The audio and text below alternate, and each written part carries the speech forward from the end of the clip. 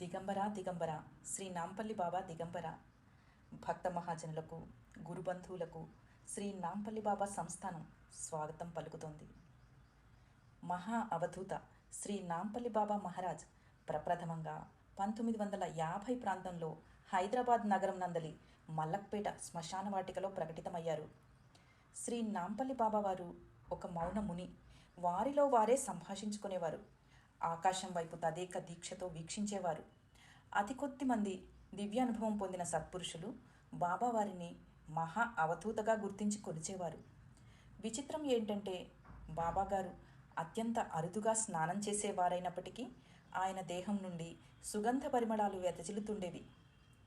బాబావారు Nampally railway station సమీపంలోని police station వరండాలో ఉండేవారు.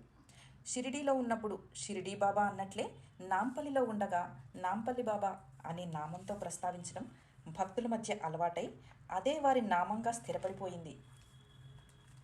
పూజ్య శ్రీ సాయి మాస్టర్, శ్రీ ఎక్కిరాల భరద్వాజ గారు, శ్రీ రామిరెడ్డి తాత, శ్రీ గోపాల్ బాబా వంటి మహనీయులు శ్రీ బాబావారు సశరీరులుగా ఉండగానే వారిని దర్శించి బాబాగారిని 6వ దత్తావతారంగా కొనియాడారు.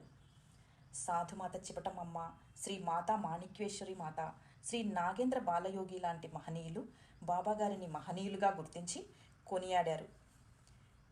షిరిడీలో శ్రీ సాయి మందిర సేవలో తరించిన శ్రీ శివనేశన్ స్వామి హైదరాబాద్ నుండి వెళ్ళిన ప్రతి భక్తునితో శ్రీ సాయి తదుపరి అవతారం శ్రీ నాంపల్లి బాబాగా మీ హైదరాబాద్లోనే కొలువు తీరారు, వారిని దర్శించుకోండి అని చెబుతూ ఉండేవారు. షిరిడీ నుంచి వచ్చే భక్తులకు షిరిడీ సాయినాథుడు స్వప్నాలలో కనిపించి నాంపల్లి బాబా రూపంలో తానే ఉన్నట్లుగా తెలియజేయటం వల్ల షిరిడీ నుంచి వస్తూ స్టేషన్లో దిగి బాబాగారిని వెతుక్కుంటూ దర్శించేవారు. ఈ మహావధూత అంతిమంగా 2004 సంవత్సరం నవంబర్ 6వ తేదీన తన భౌతిక శరీరాన్ని వీడారు.